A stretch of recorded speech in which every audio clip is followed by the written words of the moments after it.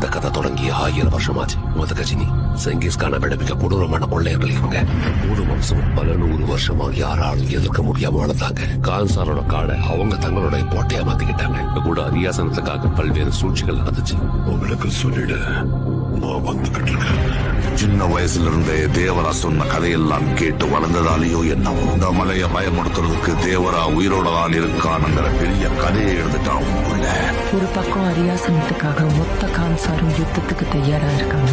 ஆயிரக்கணக்கான சௌரியங்கர்கள் அரியாசனத்தை எரிக்க தயாரா இருக்காங்க.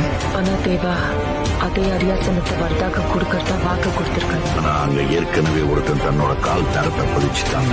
அவங்க யாருக்குமே